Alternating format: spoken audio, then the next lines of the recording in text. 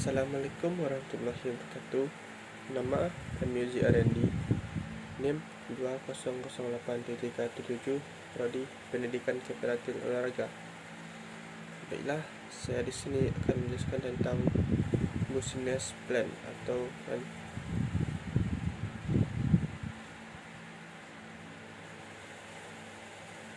pengertian business plan. Pada penelitian mengungkapkan dari salah seorang pendiri perusahaan yang mempunyai pertumbuhan tinggi, terungkap bahwa para wirausaha sedikit sekali yang melakukan perencanaan usaha atau business plan pada tingkat awal. Bahkan 41% dari mereka tidak mempunyai rencana usaha.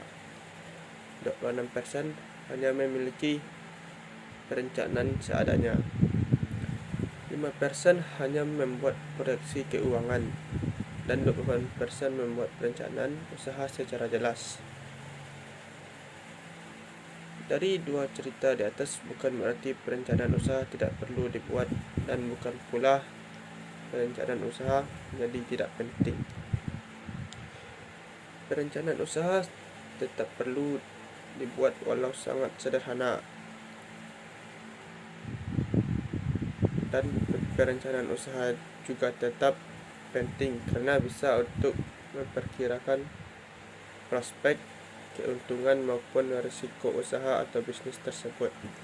Dan sebaiknya perencanaan usaha pun harus dibuat secara serius dan resmi, karena merupakan alat untuk memegang kendali dan menjaga agar usaha perusahaan tidak menyimpang.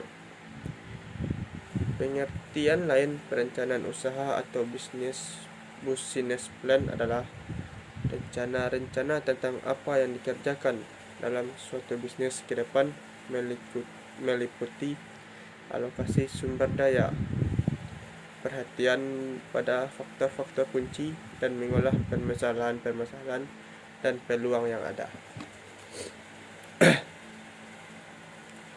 Kadang-kadang banyak yang berpikir bahwa perencanaan bisnis hanya untuk sebuah bisnis baru atau sebuah proposal untuk mencari pinjaman dana di pihak perbankan untuk bagaimana mendatangkan investor baru dalam bisnis. Sebenarnya tidak sederhana hal di atas. Perencanaan bisnis juga penting untuk setiap bisnis yang sedang berjalan. Bisnis membutuhkan perencanaan untuk pertumbuhan yang optimis dan pengembangan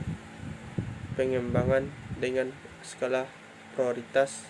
Perencanaan usaha atau bisnis sendiri adalah suatu hasil pemikiran di mana isi dari perencanaan harus mampu mendukung pencapaian tujuan-tujuan perusahaan bisnis.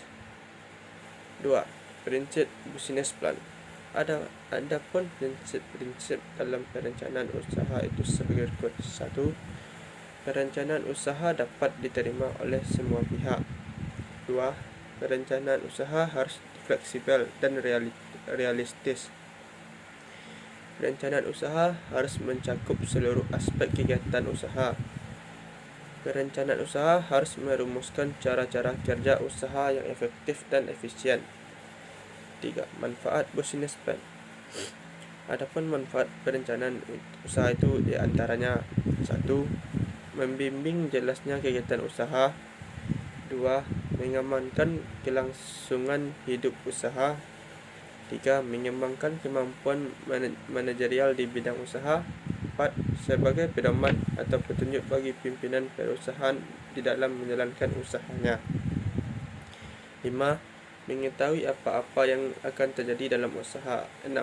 Sebagai alat berkomunikasi dalam usaha. 7. Sebagai alat untuk memperkecil risiko usaha. 8. Memperbesar peluang untuk mencapai laba. 9. Memudahkan perolehan bantuan kredit modal dari bank. 10. Sebagai pedoman dalam pengawasan. 4. Kegiatan business plan. Perencanaan usaha adalah sebuah dokumen yang mengungkapkan daya tarik dari harapan sebuah bisnis kepada penyandang dana potensial. Jadi, perencanaan usaha merupakan dokumen tertulis yang disiapkan oleh seorang wirausaha yang mengembangkan dan menggambarkan semua unsur yang relevan, baik eksternal maupun internal, untuk memulai suatu usaha.